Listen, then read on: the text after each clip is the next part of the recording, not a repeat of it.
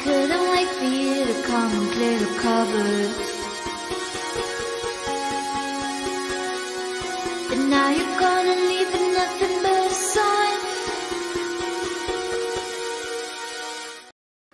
Welcome to God is Open. I'm your host, Christopher Fisher. Today on the program, we have Michael Faber here to review his own debate. Michael, any words of wisdom, any opening for us?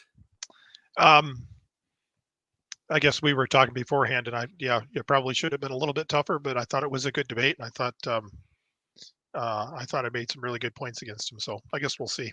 So what was your overall impression of the back and forth of how each of you handled or performed, and what do you imagine is the takeaway from the average audience member who might not be a partisan?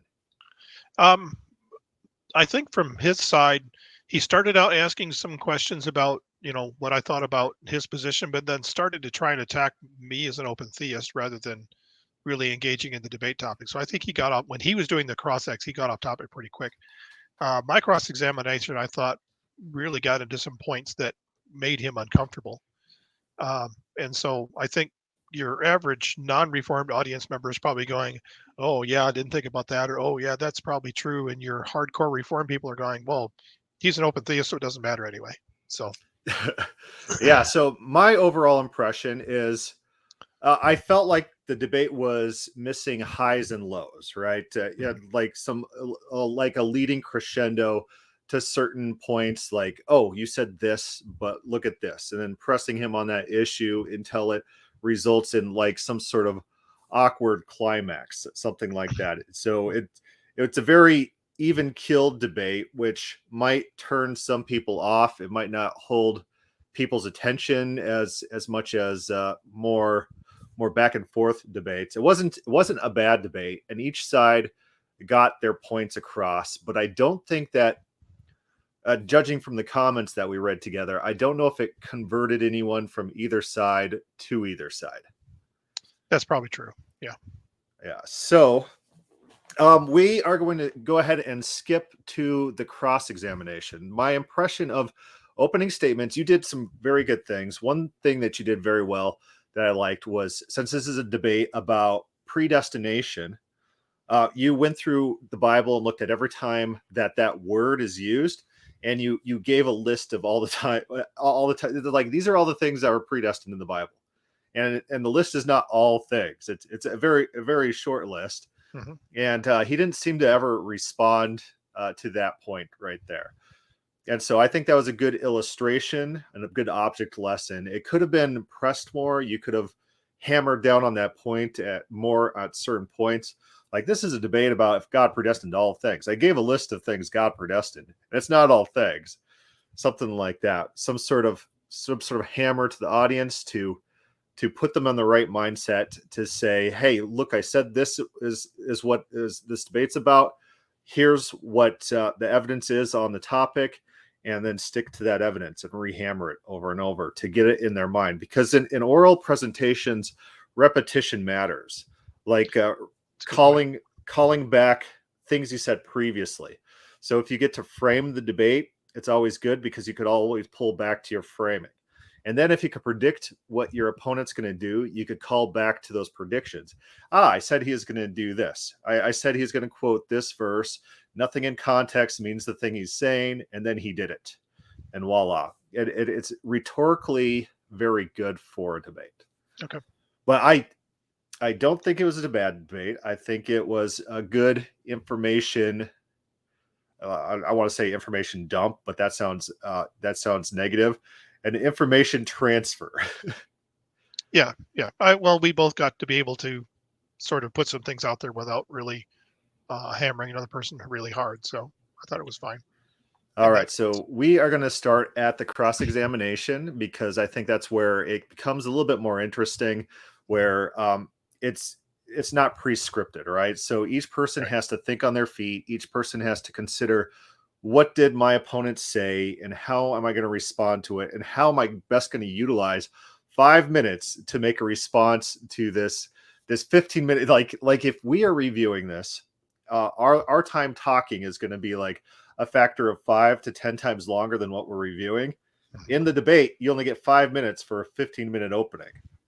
So it's very hard. It's very limited, very focused. And so the cross-examination is where it all comes to a head. And now we're going to transition to our rebuttal rounds. And Michael Borowski, you're back in the seat for your 5-minute rebuttal. I know 15 minutes is a long time to try to do a rebuttal in 5 minutes, but you got it, Michael, and I'll start your time as soon as you begin to speak. So Marlon's a good host. He seems to have come a long way since he started, and so he's very professional. And he's stopped interjecting his own views. So that is of note. That was definitely helpful. Yeah. So I do like Marlon as he's a very charismatic guy. Yeah. So he's not bad to go on his show to actually have him host the debate, even though he's a hostile witness. He's a hostile platform, we'll say. Right. But you wouldn't know it from the way he hosted, which means he's being very professional about it. So appreciated that. All right, thanks. There's a lot to get to, but I'll do my best. I'd like to reread for you Isaiah 46 in verse 9 and 10. I am God, and there is no one like me, declaring the end from the beginning, from ancient times, things which have not been done. Can we stop it right there God a second? declares things that have not yet. Do you notice this isn't a rebuttal? He's not answering anything that I've said. And I don't think he answers most of what I say at all. He just kind of restates his position again. So rhetorically, that might be a good move. And so in his mindset, he says, I got these main points and I've stated these main points, and I'm going to start restating these main points. I'm going to use my time to re-emphasize my own points. And maybe the audience is like, they might look at his tactics and strategy and say, oh, he's making these good points. I don't see these points being responded to. And because of the reiteration, it rhetorically might be effective. It might work better. Yeah. But if you go back and you listen to him, it's like, wait a minute. He talked about, Romans and Ephesians and Jeremiah. And I was just noticing that he started out by not rebutting anything, but just by restating what I hadn't addressed because I hadn't rebutted his position yet. So, right. Anyway. Yeah. So he's supposed to be responding to your opening statement. Right. And so he's trying to frame the opening right here. It's not a bad thing to do for his side. I had a debate specifically on Isaiah, Deutero-Isaiah, with a Calvinist. And in that debate, I point out things like within the text, it states when the beginning is, it states what the end is, it states to whom God's talking, and within the context, God states brand new things that he's never before stated. So this is definitely in Isaiah. It's not an eternal call into the void. It's like, I'm declaring to nothing. This eternal declaration. It's weird. When you declare things, you talk to people, and the people exist. But I don't think he ever really tried to appeal to, from eternity past to eternity future out of this particular verse, and maybe that was why that he didn't do that. But it was an assumption. So he was assuming that, but he never really stated that, so it really wasn't something I could press him on unless I asked him about it first, and I just had other things to push him on. So so like one of the things to do is like in the context of Isaiah, you said God declares the beginning from the end. Does the context state when specifically that beginning is? Yeah, that's true. And then what happens is like they have no idea. They don't know the context of the verses they're quoting, and then so when you say, "Oh, this verse says he declared it to the people in the beginning," so were the people there in the beginning? What the beginning of what? Yeah, and then they're all confused, and then their proof text is disarmed. Yeah. So when he assumes that all these things mean his theological claims, and he's not challenged on it, the audience feels like that's an actual proof text for his side. Yep. So that's the danger. Of course, you can't respond to everything. That's part of the problem. Yeah. All right, go ahead. Been done. Is God really surprised and flabbergasted? Does he have no idea what humans are going to be doing after he creates and after he sets things in motion? Yeah, so that's not the open theist claim, and it's a very weird claim. So it'd be like if you started your rebuttal, and he's a Calvinist, God predestines all thing, and you say, it's not like God determines every thrust of a child rapist, every cough they make while doing their deed, At the same time predestining every single Barney song that's ever played. It's like it's what he's doing is he's building something that open theists wouldn't claim, and normal rational people also wouldn't claim about God. If God does not control everything, then God's just sitting around surprised and shocked by everything. It's like, I did call him out on that later, that just because God isn't controlling everything doesn't mean he isn't guiding history and isn't working actively, because he tries to create that false dichotomy of either God's controlling all things or he doesn't know what's going to happen, and we don't know if he can control everything. So yeah, it's not like Michael, because Michael Broski, I'm just going to call him Broski, even though it's like Borowski. I'm calling him Broski. It's not like Broski because he's not omniscient. He just sits around all day just like, what's that? What's that? Being surprised and shocked by anything. That's not how normal people act. And so when they're characterizing the open theist picture of God like that, it's completely disingenuous. Oh yeah, for sure. Yep. They have to remove themselves from rational standards to make these claims. And I think that was kind of part of the problem with this too, is there was so much to get to that he was addressed. I really wanted to kind of stay away from open theism because that just pulls the debate onto me and gets away from the topic. And so I was, it's kind of choices you make during the debate to try to stay on topic or try to respond to what he says. So right. There was a lot to do, but anyway, go ahead. Where does the scripture really ever say that God just kind of sets things in motion? Is that really what you get from all these passages? Yeah, this is this weird either or. Either God just sets things in motion, or God controls the farting of everyone on earth at all times. Yeah, I think it's an easier case to make that this God predestines all thing is closer to deism than what open theism could ever be, because they basically, God predestines, controls, ordains everything that's going to happen and sits back and watches it happen. I mean, he may poke in once in a while, but he doesn't have to respond to anything. He doesn't have to do anything. Just kind of watches it go. So that's the one thing I would do if I was building an opening statement for this debate. I would frame the debate like this. This debate's about, does God predestine all things? You say, yeah, God is intimately involved with the world. God does a lot of things. This debate's, though, about, does God predestine all things? If there's even one thing that God doesn't predestine, then I win the debate, or the opposite is true. I'd say Broski here cannot be pointing to things that God does and then making this broad generalization that, oh, God did this one thing, therefore God does everything. That's a logical fallacy of composition. And so once you frame a debate like that, then when he does it, you could point back at that. You say, oh, he said that God did these things in Daniel. Well, yeah, I agree. God did those things, but remember back to my opening statement, showing that God is intimately involved in the world doing things doesn't prove his case. Right. It just doesn't do it. It's a logical fallacy. He did the thing that I said he was going to do.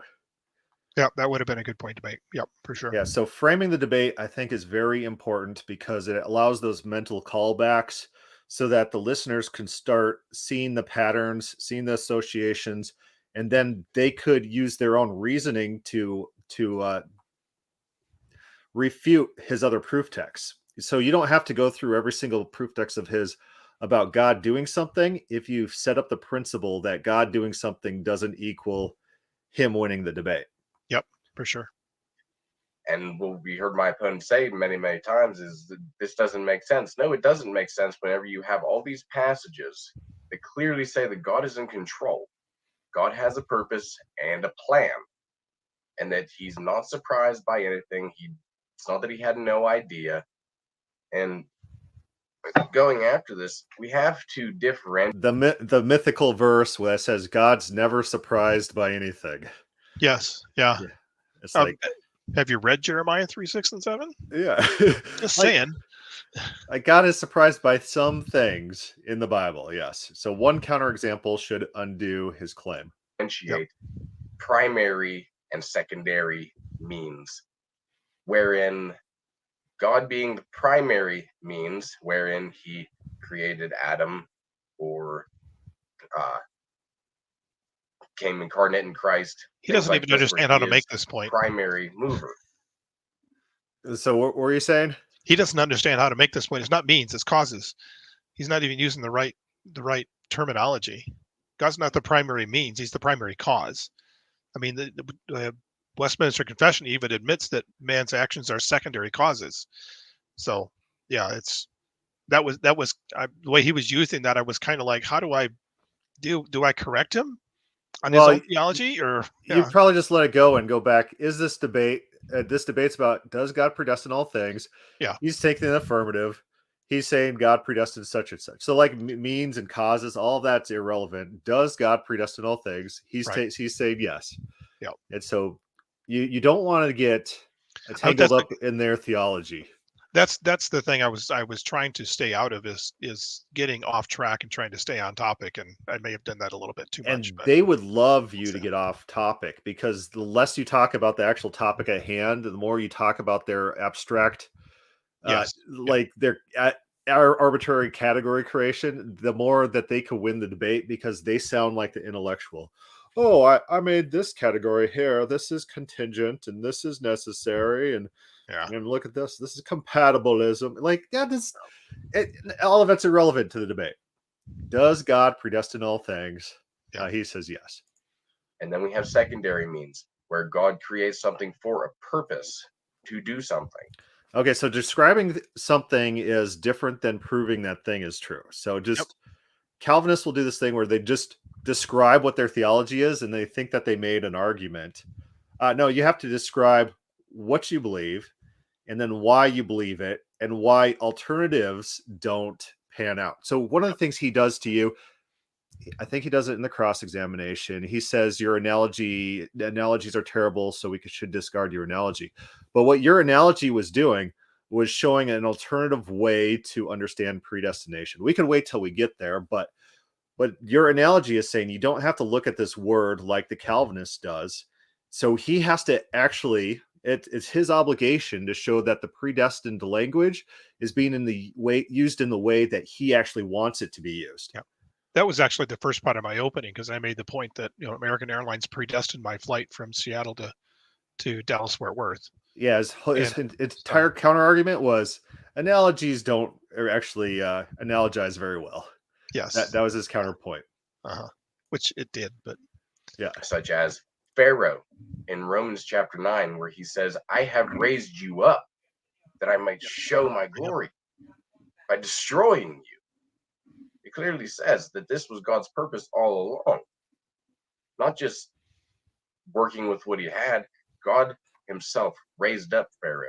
Oh, God did something, therefore God predestines all things. Yeah. Well, and I made this point earlier. It's like God didn't need to do that from before creation. He could have done that from the candidates that were available to him. It's like, what you need to do is just, you got to hammer it into the audience. So it's not like in debates, it's not one time and done. It's repetition, pointing out over and over these violations, creating mental patterns within the audience. Okay. Yeah. Right.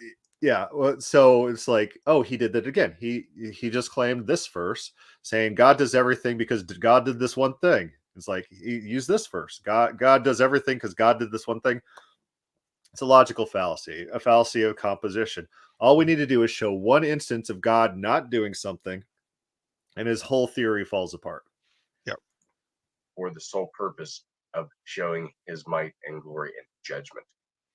With the analogy of the cars and the planes and predestining, even though we are finite beings, imagine being an infinite being and you predestine a flight. Oh, this is going to be terrible. This is going to be terrible. From one place to another. How many things are happening between where you leave and your destination? How many things happen in between? There's a reason people get in car wrecks, right? There's a reason there's drunk drivers on the road.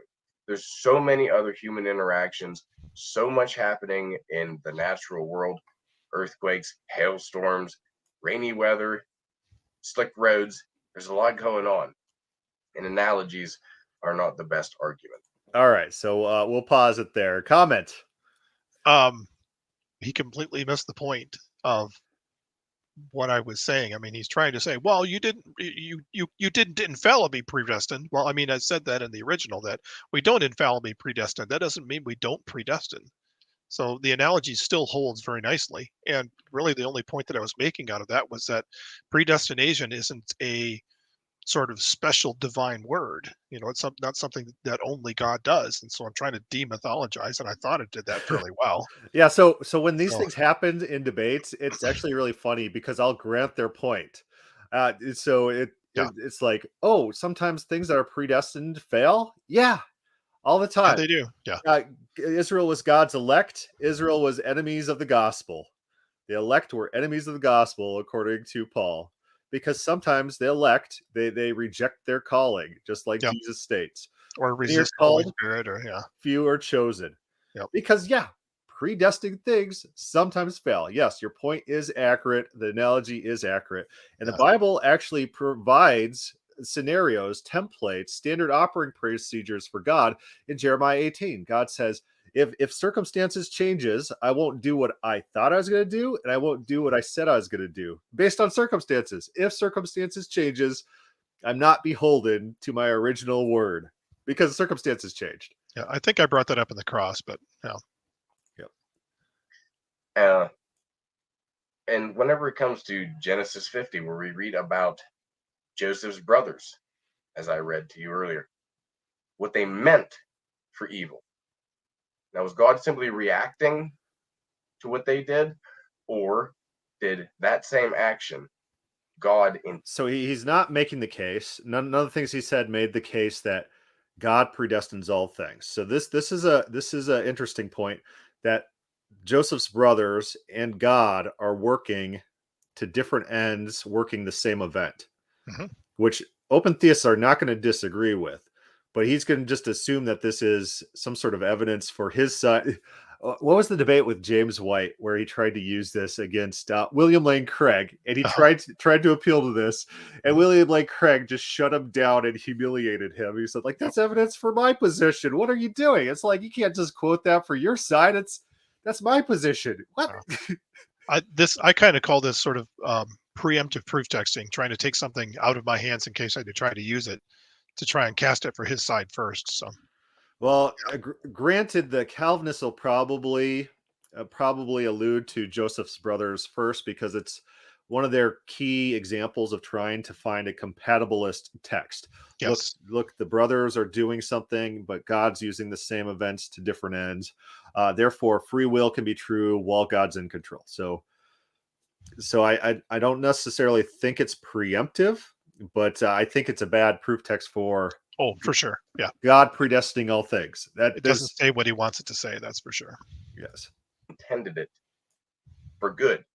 That evil, which the brothers had meant or intended, God intended that same thing for good. And the same with Acts chapter 4, whenever it comes to the crucifixion of Christ. This wasn't just happenstance that things happened to line up. God set things in motion, and Jesus was poking the bear. What if it didn't work? Is he just trying to do it and hoping that it would happen? What would happen if Jesus died a natural death because everybody ignored him? I can pause it right Or there. was it predestined? It's almost as though God doesn't know their hearts and doesn't know their intentions and their minds and their history. And this is the thing I don't get, is I thought I made it fairly clear that Jesus was intentionally trying to bring this about by interacting them with in such a way that they were going to kill him. God knew, a year beforehand they were planning to try to kill him.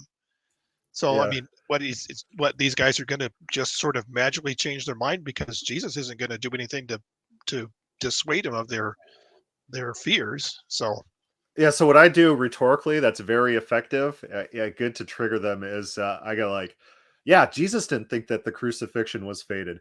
He prays in the garden to forego it, Yep. and he prefaces his prayer with this appeal to God's will, not his being done, because he knew that God might respond and actually fulfill his prayer. And then also in the garden, he says a bunch of angels, a legion of angels, could come save me. Jesus, not me. It's not me that thinks that the crucifixion can be should have stopped. foregone. Yeah. Mhm. It's Jesus.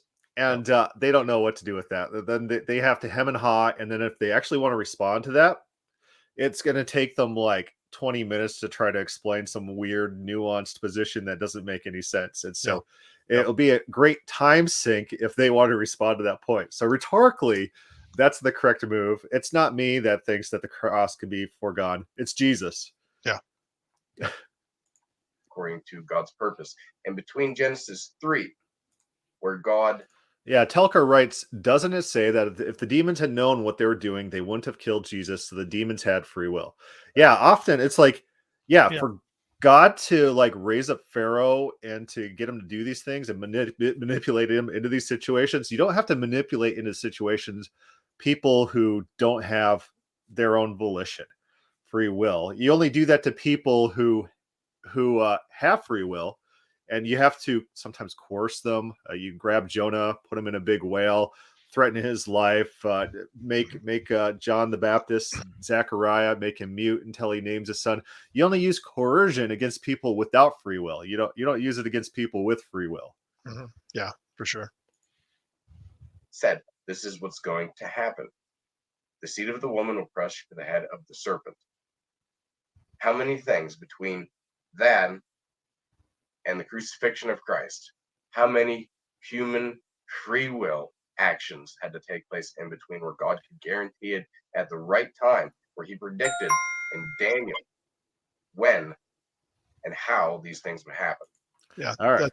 That's such a, I mean, I made this argument, I think I made this point a couple of times, that if you think God has to control everything between Genesis 3 and the crucifixion in order for the crucifixion to happen, that's a really small view of God.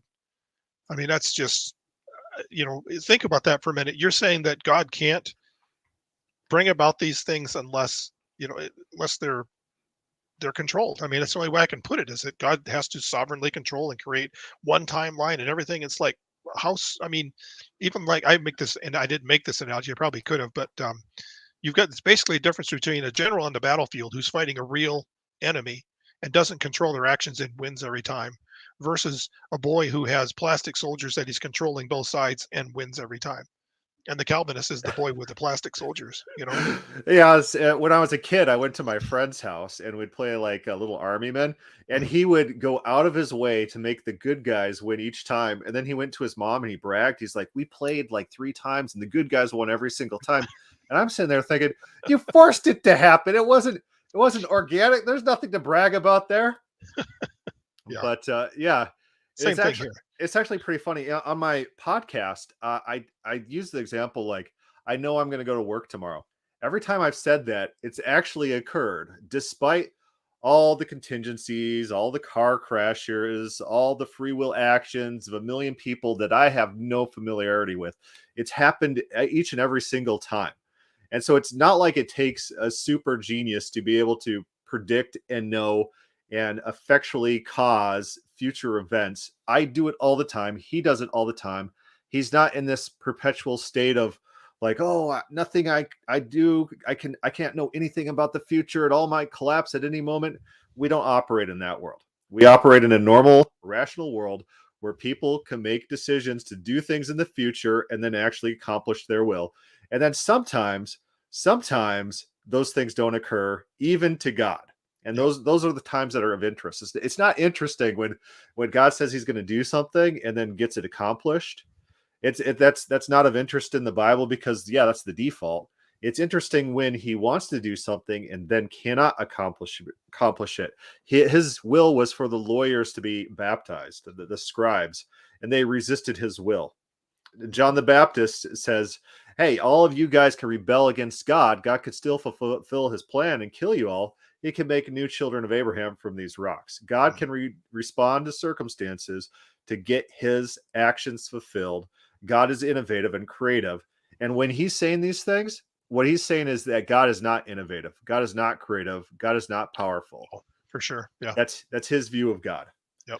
Either God controls everything or God is weaker than Broski here. Yeah. It doesn't make sense unless God is actually guiding history and not just pushing things in motion, hoping they will work.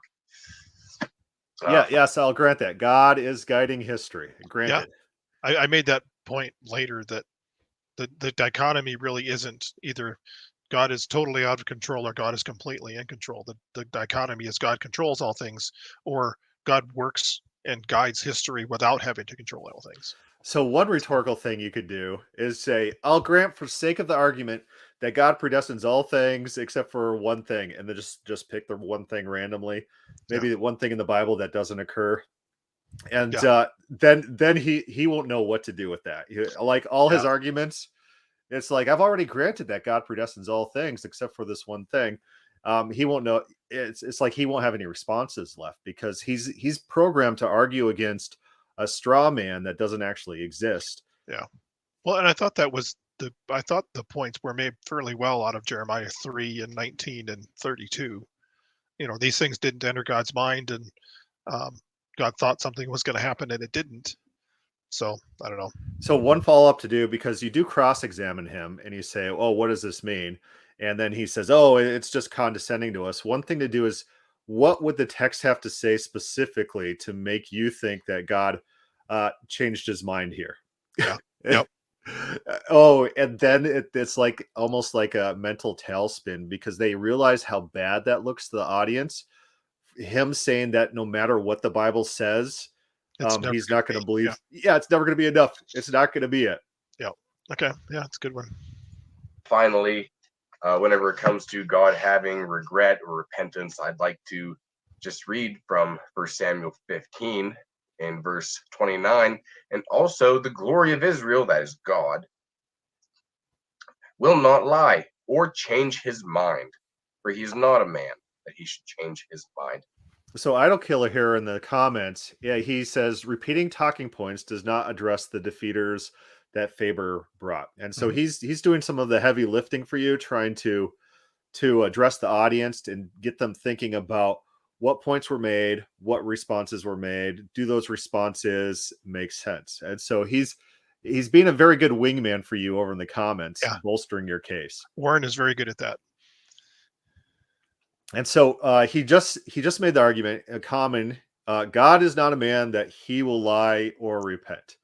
Will Duffy points out, he found the passage, God is not a man that he's going to come in wrath. God comes in wrath all the time, right? Yeah. It's contextually limited to the thing that they're talking about in the specific context. Within the context of 1 Samuel 15, which there's two times that it says, I don't know if he made the reference, which one he's quoting. In one reference, they're quoting a false prophet talking about God. And in the other reference, they're quoting Samuel talking about God, whereas God within the very context says that God repents. And then the narrator does later at the end of the chapter, says God repents. I think that's the one where Samuel is basically telling Saul, well, sorry, God doesn't respond just because you cry and throw a hissy fit. So, yeah. But here's the thing. Although he says that, sometimes God does. Like, for example, within the cycle of apostasy that we see within Joshua and Judges, God says, I'm not going to hear you anymore. I'm not going to listen to your prayers anymore. And then what happens? They cry out, and then God changes his mind again because God's merciful. So sometimes it's like God will say these things like, I'm not going to respond. I'm not going to repent. I'm not going to listen to you. But then it instantly reverses course because of their pleading. And Saul should not have given up hope. Saul should have kept on pleading. Saul should have kept on fighting. It could have worked. It could have worked because it often does in the Bible. Yep. And so it's not like Samuel's talking metaphysics. Like God has this property where there's true. Yeah. Like repentance is set to negative, and how can he repent? And that's just not what's happening in the text. It's specific to that circumstance that Saul's response was not something that was appropriate, and he's basically saying, not with that attitude, he's not gonna. Yeah, and even that's reversible, and so it's so funny. Yep. We have to remember that the scriptures are written so that human beings can actually understand what's happening. Whenever God relents or changes direction, it's not him changing, it's things actually operating the way they were meant to. Like with Moses, like with the people of Israel. Whenever God repents or changes, it's just the normal course. Things that's one thing. Oh, go ahead. I would have needed 20 minutes to cover his opening statement and this to respond Right. to all this stuff. And I That just did not have the space. And I thought, well, I'm going to stay on topic and, kind of let him appeal to everything else. But if I would have had time, I would have been like, well, how is it that you can understand, but they can't? So debates are all about mental shortcuts. And so Yeah. one thing I've done in my debates is say, hey, listen, he just listed off like 15 different verses. If we go to one of those verses and look at it and the context doesn't support what he's trying to say that verse means, then we could dismiss all those verses. And rhetorically, that's effective. And then if you get a chance to have them pick the verse that you look at and look at the context to see if it supports their claim, that's even more effective because presumably they're going to pick their best proof text. And so, so that way you could strike a whole bunch of his proof texts all at once. Yeah, the thing is that all of this stuff, I mean, like I said, 2/3, well, actually all of his reply did not respond to most of what I said. The only thing he really responded to was my predestination with the airplane analogy. The rest of it has been, well, this is my position. And by the way, he's an open theist. Yeah, so I did want to talk about analogies and how analogies function. Analogies are not arguments. And so a lot of people like pretend like if they just give an analogy, oh, this is like this situation. And so then they pretend like that's an accurate depiction of what they're trying to explain. Mhm. Analogies help open conceptual options for texts. Yep. Like you can analogize that predestination with the plane, but it could be sometimes that predestination language is used in a more Nostradamus, maybe a Greek sense when things are faded. Sometimes it's used like that, but there are other options that are open and available.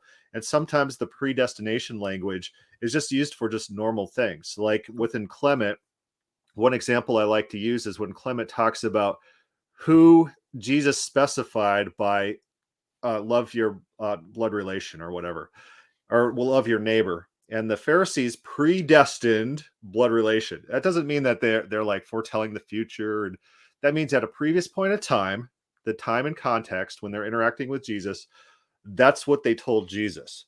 So they predestined. That means at a prior point of time, the time when they're talking to Jesus, they specified the destined an answer. Yeah.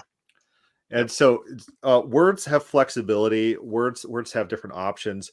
An analogy opens the conceptual landscape of options.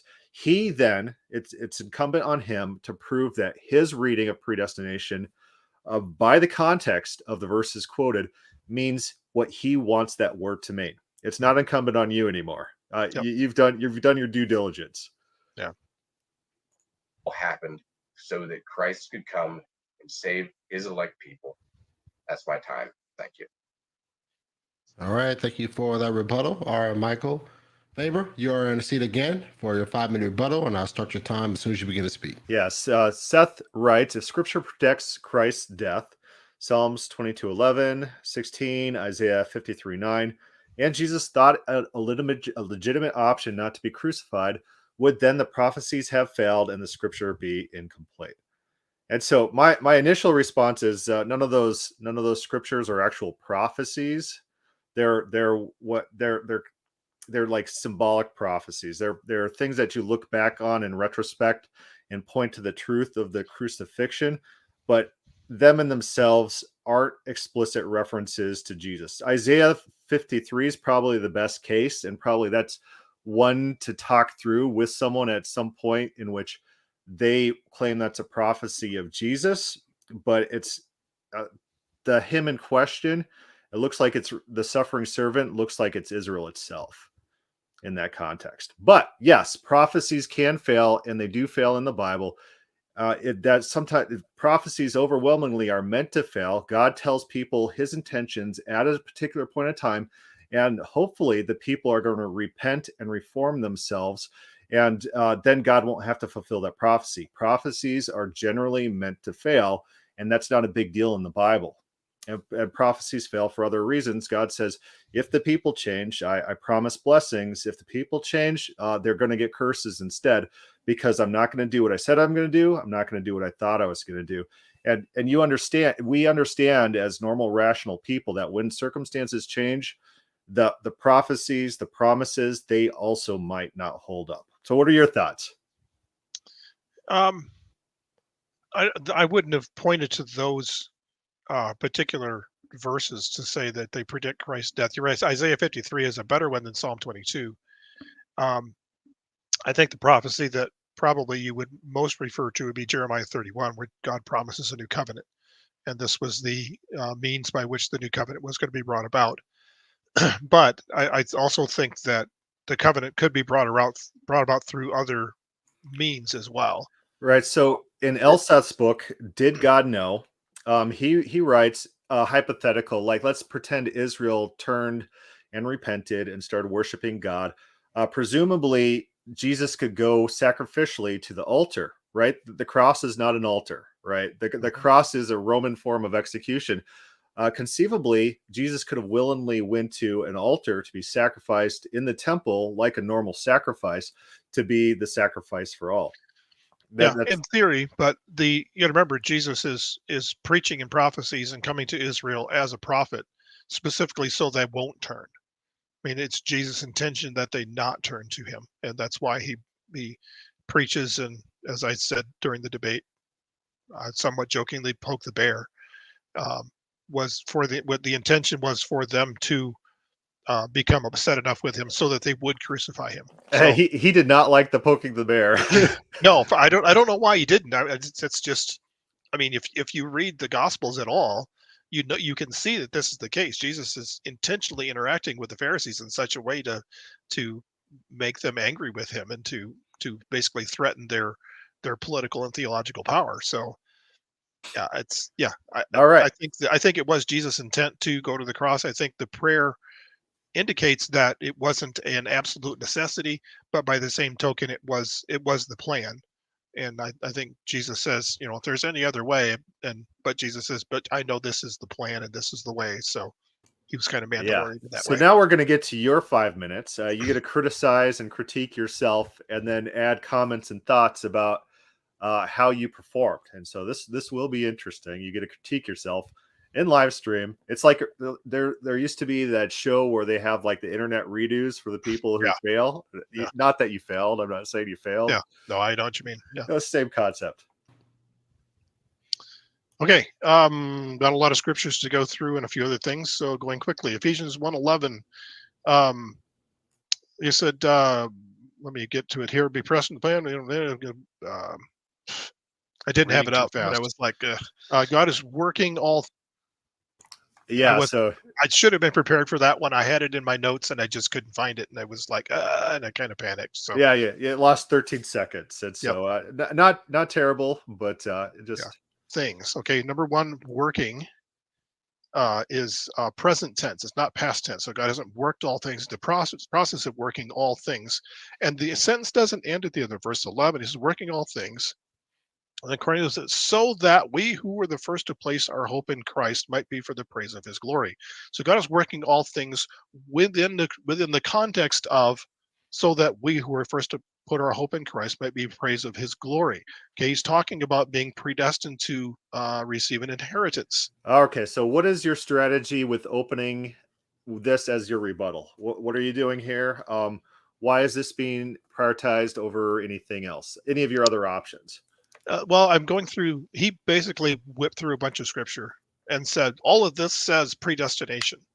And so my strategy going in was, okay, I'm going to go through each one of these verses and show how it doesn't say predestination of all things, and that most of these things don't say predestination at all. He's just basically interpreting them to mean that. But like when we get to Psalm 115, God does as he pleases.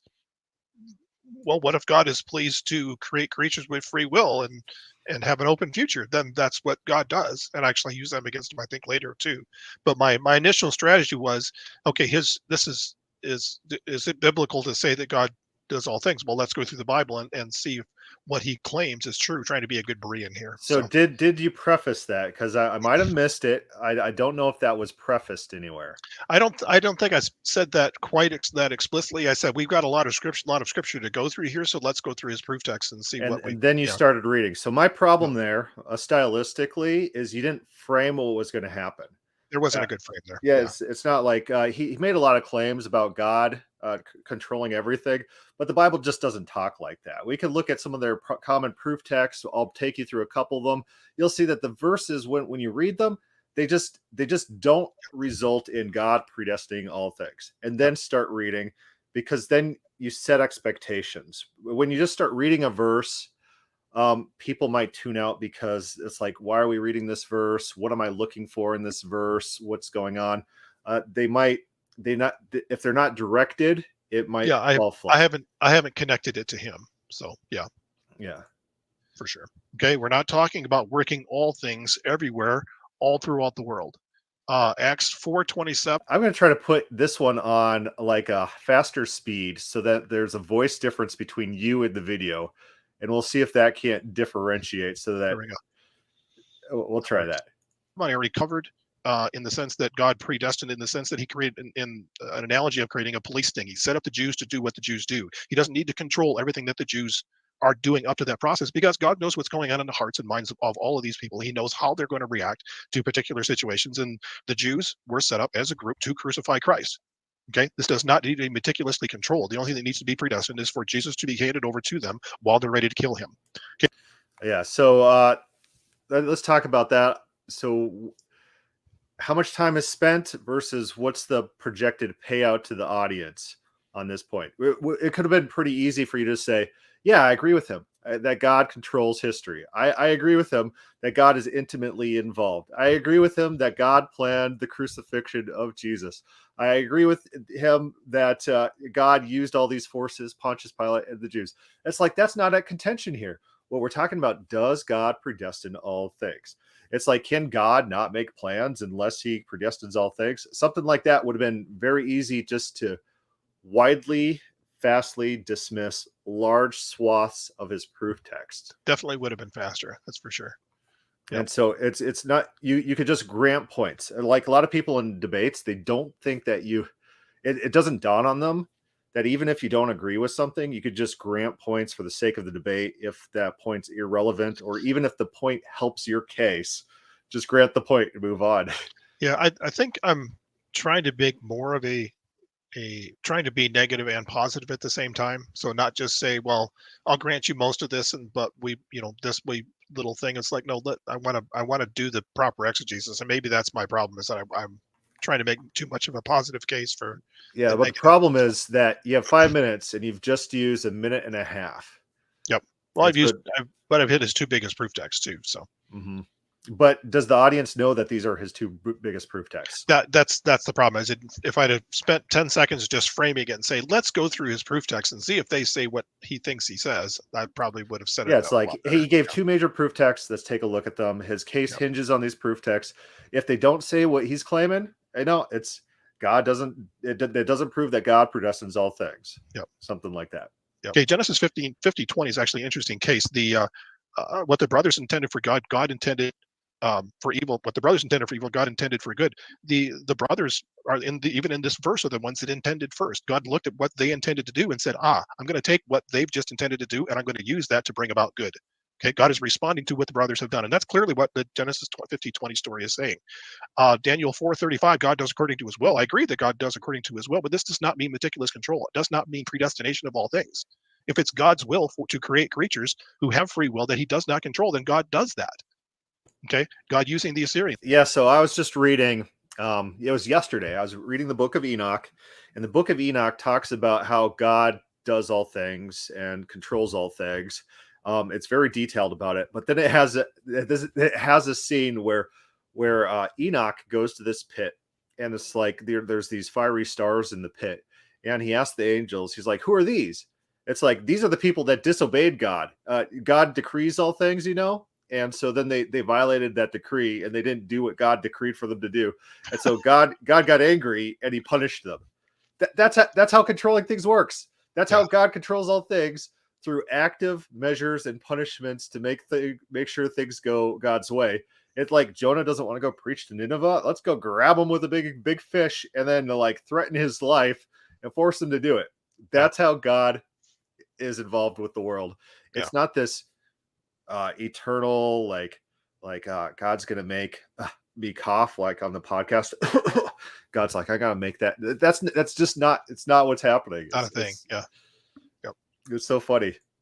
Again, God doesn't need to meticulously control the Assyrians in order to bring it about. He just sets them up to do what they're going to do. And so I always point out with the Assyrians, like, yeah, God used the Assyrians, but guess what? The Assyrians overstepped their bounds. And so they punished Israel more than God wanted them to. And so then God punishes them in turn for their over punishment. And so that's an interesting element of this example that's often ignored, is that they transgressed what God wanted in his use of the Assyrians. Yeah. And it's like, I don't think I've ever heard like a response to that. I've never understood. I honestly have never understood Calvinists using this, because this is a clear refutation of their position. Because God works somehow to cause the Assyrians to attack Israel, but then they, like you said, they cross bounds. It's like, well, did God predestine them to cross these bounds? Because then God's the one that's causing it, and he's crossed his own bounds. That doesn't make any sense. Yeah, it's weird too, because like the text says God whistled for them, like God lured them there. If you're predestining all things, you don't have to lure people places. That's true. It's like the biblical authors were not thinking in terms of fatalism. They're not thinking in terms of predestination of all things. Like, things need practical mechanics in order to function. Like, it's, and I can hear all the Calvinists out there. So means, God uses means. It's like, okay, but the means really don't mean anything. Why would God punish somebody for something that he predestined for them to do, unless he just felt like punishing them or making them do it, and then punishing for what he made them do? It doesn't. Yeah, it's like, instead of like having Jonah run away and then be swallowed, you could have just made him go to the place you could have skipped all that. All of that was superfluous. But then again, everything's superfluous in their system. Nothing matters. It's with Isaiah 41 and 46, God declares the end. But there says nothing about the middle. In fact, Isaiah 46:9 says, declaring the end from the beginning. Okay, God's declaring the end from the beginning. It doesn't say I predestined the entire center. It doesn't say he's predestined. In fact, God's good points. What I would always do is point out in context, God tells us when the beginning is, and it's not timeless eternity. Yeah. God tells us when the end is, and then God declares new things that have never been declared. Yep. Yeah. So, my point here is that, and you'll hear this next, is that God is accomplishing. It's not like he has accomplished. He's in the process or will accomplish. Right. And the text in question says that explicitly. It says, I said it and then I do it. Within Isaiah. That's what the verses say. It's like, that's 10 and 11, or 9 and 10. Yeah. God does what he says. What's also funny about since I'm on the Enoch mindset, the angels come to God within Enoch and they petition the prayers of the people. Like Jesus says that the children have guardian angels that are always in front of the face of the God, advocating for them. And then Paul says that there's only one mediator between God and man. That's the man, Jesus Christ. So there's mediators to God. And it's a very Old Testament concept that the angels will advocate in front of God. But within Enoch, not only do the angels advocate to God, but the Isaiah language of God needs no counselors is also involved. It's in the same context. So the Calvinist idea is, since God needs no counselor, that no one could give God input that God considers. That's not what that verse means. It means that no one's teaching God to be moral or righteous or just. You could still petition him and offer evidence and arguments, and he'll listen and consider, and then perhaps act on that. But no one's framing his moral set, right? That's what that verse means. Not that was discussed in your debate, but it is an interesting aspect of it is. Enoch. Yep. Mm-hmm. It says, I will accomplish. That means that God is actively bringing about what he has declared. Okay, and to argue, well, there's lots and lots of free wills running around. Well, that means you have a really small view of God. If you say God can't accomplish something without controlling everything first, it just does not work that way. Okay, the Bible is replete with examples. Like I read two of them that says these things happened that did not enter my mind. Okay, God can't predestine what enters His mind or what doesn't enter His mind. So it's a So I would take a little bit of issue with your use of these Jeremiah passages. The clause "it never entered my mind" might be modifying, commanding them to sacrifice the children, rather than the fact that they would sacrifice their children. Does that make sense? That what never entered God's mind was to command child sacrifice, rather than what never entered God's mind would be that Israel would child sacrifice. yeah, that's a possibility. Yeah, But it that's still related to that. But it still refutes the idea that God predestines all things, because if God predestines all things, then God does command child sacrifice. And God's saying it's never entered my mind to command child sacrifice. That wasn't a thing that I had for you guys. Stop killing your children. yeah, And it's yeah, the other horrific. or that God is saying, I would never command this, but He predestined it. It's like, how does that make sense? So Yeah, yeah, so that's how I'd use the Jeremiah verses, okay, that God never, it never entered his mind to command these things, yet you say God predestines all things. And yeah, then they have to square it. yeah. And how that they'll do that is they'll try to do that arbitrary category creation, like, oh man, so he has a prescriptive will And and a a more, descriptive will. yeah, And so sometimes God will command us to do things that he secretly doesn't want us to do, because that's just, yeah. Hmm. it creates this weird Arbitrary category. Yeah, yeah, but then the audience gets to see them do it, and so that's funny. yeah. It's obvious from the other scriptures, and the ones that you're citing don't say what it says. Proverbs 16 and 19. We have to understand that Proverbs are wisdom literature. They're intended to give people guidance for living. So when the Lord directs His steps, the author is telling people, let God direct your steps. When He says, made the evil for the day of judgment, He's telling them, avoid the day of judgment. Don't do evil. Okay, Psalm 33:9, God's counsel stands. Okay, if God's counsel is to create people that have free, Yeah, I think you're doing well here, explaining that Proverbs are Proverbs. One thing I did to Matt Slick on this verse is that I read a different translation of God creates all things for its purpose. There's an alternative translation that says God brings all things to the proper end, even the wicked for the day of judgment. And I asked Matt Slick, I said, what makes your translation that you're basing your entire argument off of? What makes your translation correct and this translation wrong? And he didn't have an answer. yeah, he doesn't know Hebrew, so he doesn't have. Yeah, he doesn't know what he's talking about, and Yeah. he doesn't have it. It's his proof text has to mean what he claims in order for him to have a point, and so he doesn't know how to respond to alternative takes on the same proof text. Yeah, well, He doesn't control, then that counsel stands. Psalm 115:3. God does what He pleases. If God is pleased to create creatures that have free will that He doesn't control, then God does what He pleases. Same thing with Psalm 135:6. Revelation. So Seth writes, is prescriptive and descriptive will anywhere supported in the Bible, or does something Calvinists create to avoid contradictions? And so what I would say is that we all face trade-offs, right? It's like I like eating ice cream. I want to eat ice cream all day, every day. But guess what? There's a trade-off. I will get fat. And so God wants to save everyone, but not at the expense of putting Hillary Clinton in heaven, right? You face trade-offs. And so you don't always get what you want. You have conflicting wills. Jesus says, not my will, but yours be done. You have, even within the same person, conflicting wills, conflicting values. You just can't get everything that you want at all times. It just doesn't work like that. And so what Calvinists will do is that they will take conflicting priorities in God and say, since God wants one thing and it doesn't happen, and God always gets what he wills, there has to be a secret will that's below this, and then a declared will which doesn't happen. And they say God always gets what he wills, and so his prescriptive will just doesn't attain.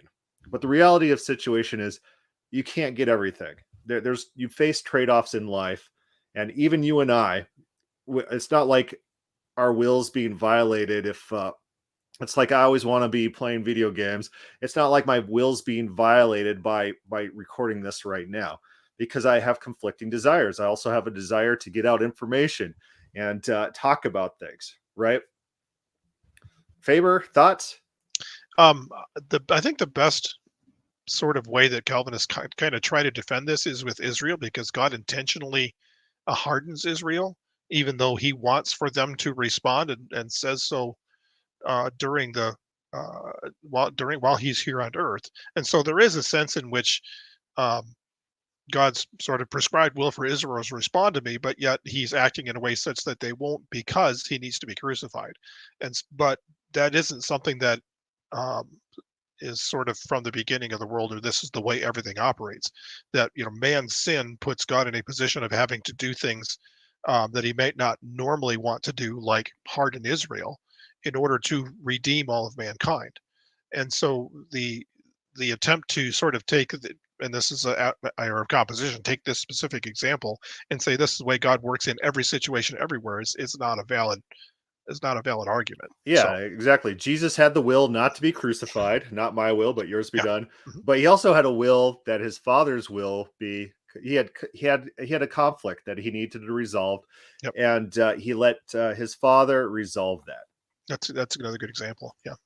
13 and 70 is actually an interesting thing, because the written there is in the perfect form, and I take that as an ingressive perfect, such that the names being written in the book of life began to be written from the foundation of the world. That's when the writing began, and so the writing continues on as people believe their names get written into the book. So you do a good thing here. You point to the blood being shed from the foundation of the world, which just means since the world was created until now, and you summarize that. So I think this is a very good point that a lot of people don't understand, or they can't conceptualize, or they haven't thought about, that you point out.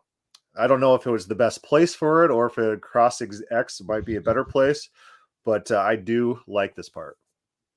Book of life, and even David talks about his name not being blotted out from the book of life as well. As for Pharaoh, yes, God did raise up Pharaoh, but God doesn't need to meticulously control all things for Pharaoh to be put in the position that he was in. It's simply none of these things require that God meticulously control or predestine everything beforehand to bring about his purpose. This is simply not a requirement from any of the verses that have been cited. Yeah. So that's good. That's the debate resolution. You said none of his evidence proves what he's trying to prove. That's what needs to be hammered, hammered, hammered every single time you can. Like in question and answers follow up, when he's trying to ask about his specific verses, you could end with that. Yeah. So that nothing you're offering proves that God predestines all things. Something like that. Yeah. Repetition. Yep. And I believe that's the end of my time. Oh, well, you had about 7 seconds left, man. So I got one more word in there. Nope. But you're good. You're good. All right. Thank you guys so much for the opening statements and the rebuttals. So now we're going to transition to the cross-examination. Once again, it'll be 30 minutes total, 15 minutes each to lead with questions. The only time I will interrupt is if I feel the questioning and the answering of the questions are veering way off into la-la land and not on the topic. And if I hear any ad hominems, disrespectful conversation between you two, we do not want to make this personal. Let's deal with the biblical text of the topic. All right. That said, Michael, you're up first for your 15-minute cross-ex of Michael Faber, and you got it. All right, Mr. Faber. Did God have a purpose in creation? And if so, what was that purpose?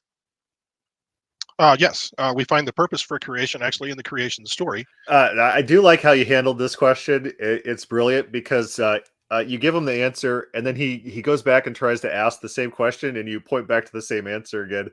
And it is kind of almost a little bit humiliating for him that he wasn't expecting the answer. Yeah. One debate strategy is never ask a question that you don't know how the other person is going to answer, because guess what, you're just going to get thrown for a loop and made to look a little bit silly. And that's what happens in this question. God says, I'm going to create man in my image, and in my image that they are going to be given dominion over the earth, and they are to be fruitful and multiply. We can see this, theologians call this the creative mandate. We see that in Genesis 2:19, where God brings the animals before Adam to see what Adam would call them. This is sort of a pattern of God looking to see what we are going to do with creation. That's God is looking for our response to what he has presented to us. So from that moment of creation prior to the fall, was the cross and the sacrifice of Christ in God's mind was a part of the plan at that point?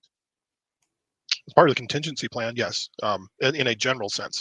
I would not say that God knew that on April 15th, He's not expecting these answers. AD 33 at 12:03 and 46 seconds that the first nail would be driven. I don't think it's not down to that specific kind of time. I think God knew that in the future, if man sinned, that Christ's death would be necessary. Yes, he knew that that was going to be a requirement. So would you describe the plan of the cross a plan B or a backup plan just in case things would go awry? I wouldn't call it Plan B. It's just it's a contingency. Contingency based on what exactly? Like Whether man's not do what God had, what God had not planned on doing, that he would have not foreseen what was. One thing I would do is if he starts, start talking contingency plans, and say God has contingency plans within the Bible. In Exodus 4, God is talking to Moses and giving him if then else with subset questions. What's going to happen if this happens? If that doesn't happen, then do this. There's cascading contingency plans within the Bible. It's not like it's outside of the scope of God to have cascading contingency plans. Yep. And so what he's trying to do here is rhetorically, he's trying to get a soundbite from you that says, like, the cross is not necessary or something like that, which he then could use as like a gotcha point. It has nothing to do with the debate. The debate's about, does God predestine all things? He wants a soundbite. That's what he's fishing for here. To me, it feels like the debate was over already, and that now he's just trying to find some way to discredit me. And I maybe a little bit of disappointing on Marlon's part for not calling him out on that, because he said no ad hominems, but he's basically building an ad hominem case here. So. Right. It's like a stealth ad hominem. He already did that a little bit, where he started characterizing your view as God being jittery, just surprised at everything. Right. It's like that's a stealth ad hominem. Yep. Right. And so Marlon would probably shut down the debate if your entire opening round is like mocking the notion of God controlling all child rapists and everything that happens on Epstein Island and all sorts of silly wackiness that goes on in the world. If your entire opening was that, Marlon might have shut down the entire debate. Yep. But Michael is friendly with the administrator, and so he gets to do it, and he gets to do it in a way that it's not super obvious. One thing Calvinists will do is they'll do this thing where they'll demean you, they'll mock you, and if you give them a little bit of pushback, they're like, "Oh no, you're so mean to me. We need to be nice. I thought you were a Christian. I'll pray for you." Like, I get involved in political debates enough to know that that's the case, and I know how to avoid that for the most part. So right, it's like a like a victimhood complex. The bully is the victim, right? Yep. But he's not. None of this has any relevance to one thing you could point out when you answer. Not that you have to, but you could say, well, no matter what my answer is, that doesn't prove that God predestines all things. I'll answer it, but it's not on topic of the debate. Yeah. And then if you start doing that, then the audience kind of gets picks up on it. Yeah. They'll see what he's doing. Going to happen, and therefore he had to have kind of a backup plan just in case. It's not a backup plan, because the possibility exists that Adam would sin or Adam would not sin, and so whichever happened, God already knew what his response was going to be. So it was a just in case. No, it's an either or. Adam sins, Adam doesn't sin. Both are plan A, if you will. But God knew the cross might be necessary. He doesn't know what to do with this. It's so funny. Yeah. He's just digging and wasting his time. So it would behoove him at this point to just move on to his next question, because he's not going to get his soundbite that he's looking for, that he's digging for. But he's going to keep digging, and it just not worth his time. I've been through this. It's not my first rodeo. Necessary. Yes. Okay. So was God ignorant of all of human history? He knew what was going to happen whenever he created Adam and had something kind of planned, but how could he know the end then if he didn't know what exactly was going to happen, whether or not Adam was going to sin? How could he have the redemption of all humanity, the new heavens, new earth, the redemption? How could he have all of that if he already didn't know that Adam was going to fall in sin? Because God knows the future as it is, as contingent. He knows all of the contingent possibilities of the future based upon what he chooses, what mankind chooses, and so all the possible ends are before him, and God also knows what ends he can eliminate through his own actions. Yeah. So one thing, what I would have done, yours is perfectly valid to keep him at bay like that. I would have been like, oh, what verse are you referencing? We could look at it to see if it actually says the things that you're claiming exists. Yeah. Something like that. Then it puts him on the defensive, and then refocusing to the Bible is one of my debate strategies, because That's a good idea. Yeah. the Bible is their weak point. They don't want to talk about the Bible. He's looking for gotchas. He's looking to stay away from the text of the Bible. He doesn't want to discuss meaning and context and possible meanings and word choice. He wants to talk these little rhetorical points. Yep. And so refocusing to the Bible is all it's the best strategy. If the debate is about the Bible, refocus to the Bible. You'll win every time. This is one place where I think I'm being a little bit too polite in sort of letting him direct the Q&A rather than sort of shooting things back at him. So, yeah. But he is wasting all his time, and he's not getting what he wants to get out of it. And I'm not monopolizing his time either. So you can't say that, well, he just gave long answers to try to run the clock. And the things you're saying, probably the audience understands. It's like, yeah, it's not a plan B necessarily. You could have like a contingency plan that's neither plan A nor plan B, and it makes sense. People can relate to that sort of stuff. And so he doesn't know what to do with that. It's you maybe you're able to see it in his face a little bit. He's just like, Yep. So is it the middle? I still don't understand the end, but I like talked about the middle. So God declares the end from the beginning, right? So is the middle just completely unknown to God, or is just all the possibilities known to God? All of the possibilities are known to God, and God knows how his actions will limit. So this is the part where I like to bring up practical examples. I say, well, God in the Bible had a plan for Israel to multiply Israel like the sand of the sea, and multiple times God resolves on destroying Israel and then remaking them through other means. God says, Moses, I could kill them all and then create a new Israel through you. John the Baptist says God could kill all of Israel and make new children of Israel from these stones. God doesn't have to predestine the middle. God is innovative. God is creative. And that's John the Baptist's point, that God is not limited by our limitations, how we think God's limited.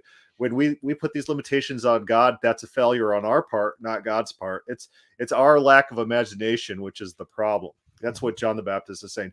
And so if you refocus to the Bible, and now guess what? You got an additional proof text out.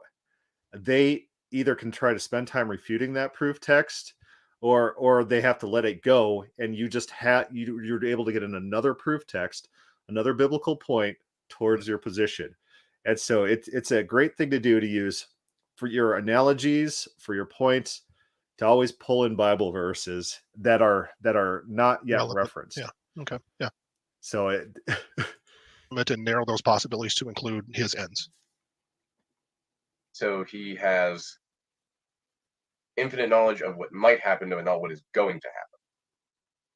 This point right here, I messed up. Yes, the future is unsettled. Yes. Okay. So in that, where he would have infinite knowledge of all the possibilities, yet no knowledge of what actually happens, how is that possible? Where he would have infinite. Okay. So this is where I should have said by design. This is the way God wanted it. This is not a weakness in God. This is God designed creation specifically to be this way, and then point back to Genesis 2 and some of the other things that God acts contingently in Acts 2, Genesis 2, and just made to really hammer home the point here that this is not a mistake. This is not a weakness. This is the design that God created for the universe. This is how he wanted it to be. And I really didn't hit that hard enough. So what rhetorical point do you think you're giving up here? What point do you think he gets over on you? And how do you categorize this as a screw up? I kind of let him off the hook a little bit. And then, like I said, I should have said, this is what God designed creation to be. That would have been a more positive and a stronger point to make. And I think he still kind of gets to hold to, well, God's not happy with what he's done, or God doesn't like this, or he kind of gets to hang on to his position. I really played a little bit more defensive and kind of let him have his side of the fence, and I shouldn't have. So Yeah, I don't see in this interaction specifically him gaining a rhetorical advantage from the conversation. So No, but I could have gained a rhetorical advantage by saying this was God's design. mhm. So I think that's what I missed. Or adding more proof text against his position. Adding more proof text would have done too. Yep. Because that's really funny, because then they don't know what to do. They're like, this is just hurting me. I'm just getting hurt. In unknown, but nothing with known. Well, the same way that God doesn't know how large a rock to make such that he can't lift it. To know the future free will actions of a free will agent is logically absurd.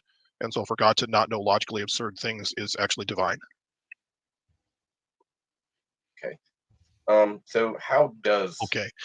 God accomplish his will? What is the mechanism? You got comment on that? On what just happened? Yeah. He just was like, I don't know how to respond to that. Yeah. I threw him back in the corner and said, it's logically absurd for God to know those things. Oh, I don't have a case for God logically knowing those things. Okay, Yeah. moving on. One thing I do is I don't like to give in to their framing. Like, I know Yep. things about the future. I know I'm going to go to work tomorrow. So what is the content of the knowledge? The knowledge is not the same type of knowledge that they want to ascribe to God, where God has direct access to truth value of propositions that are unfalsifiable. My knowledge is a loose knowledge that will likely come true, and it's judged, if I had knowledge right now, ex post facto, after it does happen. No one's going to say in 2 days after I go to work tomorrow, you didn't know you were going to go to work tomorrow. Only a Calvinist in a debate. Like, normal people, if you're talking to them, you're like, yeah, I knew. What is it today? Tuesday. I knew on Wednesday I was going to go to work. They'll be like, yeah, that makes sense, because that's how normal people use the word knowledge. Yeah. But when we start talking philosophy and theology, everyone wants to turn to this philosophical definition of knowledge, in which God has this ungenerated direct access to truth values of propositions that are unfalsifiable. That's just not what we're familiar with. And so you might run into the non-central fallacy, in which people are using obscure definitions of words to rhetorically gain the benefit of what normal people think the word is stating. Yeah. I didn't want to get off into that.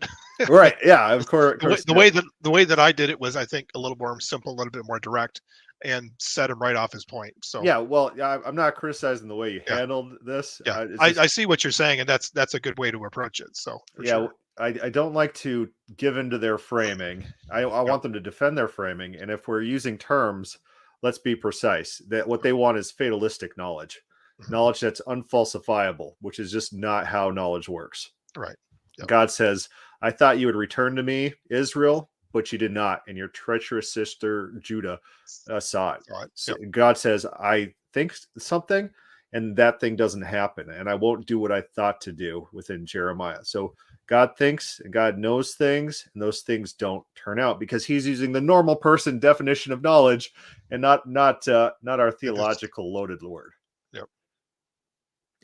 David writes, I knew you'd be wearing a black shirt today. Yeah. Foreknowledge of the future. Yeah, that's it. By which he does it. If he is not actually driving history, then by what means does he accomplish his will? I don't see how it can be reduced to a single mechanism. I'm going to refer you back to your own verse, Psalm 115. God does as he pleases. Oh, it's like, there's your opportunity right there. If I were you, I'd just start hammering him. Like, God has all sorts of different mechanisms to enforce his will. Jonah wants to run away, and God swallows him with a fish and forces him back on track. It's like God's not limited by whatever toolbox you think God's limited by. I do provide an example here that I think is a little bit more prophetic, and it's all right. I'll hit play. He accomplishes his will in the way that he is pleased to accomplish it. He may raise up an individual or a group of people to go do something on his behalf that will accomplish his purpose. He may raise up somebody like Pharaoh to bring judgment upon him to accomplish his purpose. We can look at how John the Baptist got his name. Basically, an angel appeared to Zechariah, said, "You're going to have a kid." Zechariah said, "I'm old. How's this going to happen?" An angel says, "Oh, you doubt me? You're going to very good example. Very good. Be mute until this kid gets named John."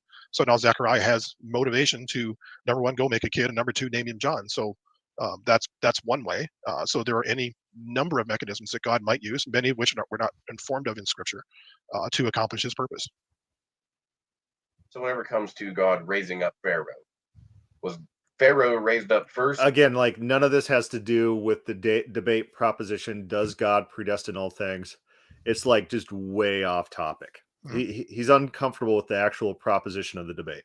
And honestly, again, Marlon, I think should have maybe called him on this and said, we are far afield from the debate. So I guarantee you that Marlon does not think that they're way off field.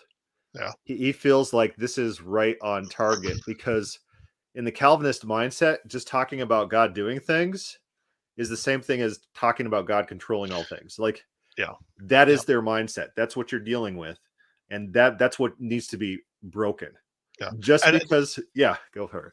And I think that's why I try to stay, I don't want to say I stayed within his frame entirely, but what I try to answer him in the means in which he approaches me, so that the reformed person can't say, well, he's just breaking things or he's just, going off topic. It's like, no, I'm responding directly to what he's saying.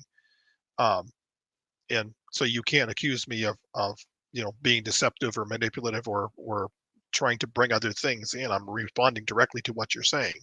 And I think that's part of my strategy. It may not work as well orally as it does in writing, but that's how I approached it. So, and God reacted to the situation, or did God purposely raise Pharaoh up so that he could use Pharaoh and put judgment on Egypt and then release Israel, which wasn't? I think God was active in bringing about that specific Pharaoh to power, specifically for his beliefs and his stubbornness, his personality, and such that fit into what God had planned for him. So God raised him up and put him in that position. Doesn't mean. Yeah, one thing you could do, which would be really funny, is say, for the sake of the debate, God raises Pharaoh up, puts a protective shield around him, guards him with angels 24/7, and forces him into this position. Oh, no. I hammer him really hard here in just a second. Keep going. Okay. That God, sort of predestined him from birth to be that. So it was a possibility that it may not have happened. Possibility that, no, I don't think so. I think, there are things that we are pre-wired to not do, and Pharaoh, with his heart and his beliefs about himself, was not going to let Israel go. That was simply not something he was going to do. He may have chosen to keep Israel around for various excuses in various ways for various things, but he wasn't going to let Israel go. So, but out of the infinite possibilities that God could have foreseen, Pharaoh could not have even existed in the first place, correct? Well, wouldn't be. Pharaoh was one of the individuals that was in line for the throne of Egypt at that time. So, I mean, he existed because he was born. I mean, it doesn't necessarily mean that had to, from the beginning of time, that had to be that specific individual that was being raised up. It was just that was the individual that was there and prepared at that time to take power and to be judged. But he could have drowned as a child, or fell off of a wagon and died as a child. That was a possibility that God foresaw, correct? Well, it's only a possibility if you think God is unable to prevent someone from drowning or unable to raise them from the dead, for instance. This is very good. Pointing out that the Calvinists think that God is impotent is, I think, a great strategy. It's like you pretend if God does not control all things, that he's weak and powerless and impotent. It's either that one or the other. Yeah. And that's his view. If God wants him to be around, God is certainly able to heal, protect, raise from the dead, whatever he has to do for that person to be around. So God would have moved through history to make his will be accomplished by actually making it happen. At times. Yeah, I think God is actually fairly minimal in his interaction with history, that he is wise and omniscient and powerful enough that he, touches a particular person, a particular group of people, and they move things in the direction he wants to go. He's the eternal one, so he has thousands of years to act where we only have maybe 100. So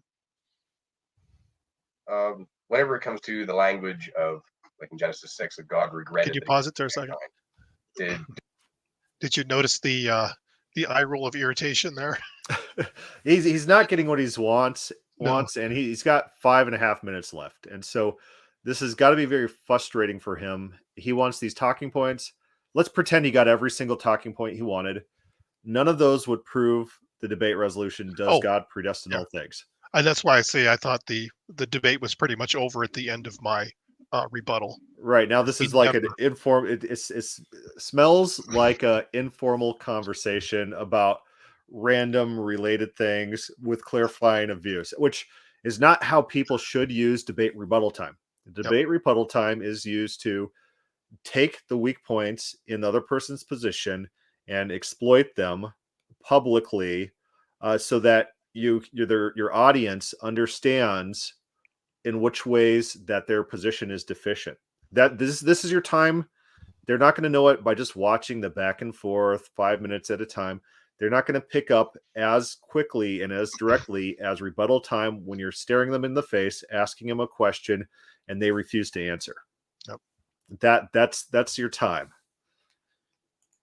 Did God make a mistake? Is that what he felt whenever it says he regretted? I don't think that God made a mistake. I think that God is looking at the. Oh, was that your phone? Okay, sorry, I was distracted for a moment. Sorry. I think God is looking at how mankind has reacted to God and is regretting having created these beings that are acting in the way that they are. So it's not that God made a mistake; it's that man made a mistake. But God's kind of saying, why did I even bother to do this?" Is it your understanding that God would not predestine events that would be sin? No. So God would not predestine people to do a thing that would be considered sinful, correct? If that fit God's purpose and plan, sure, God could predestine them to do that. I mean, yeah. Hold it right there. In fact, that's what happened with.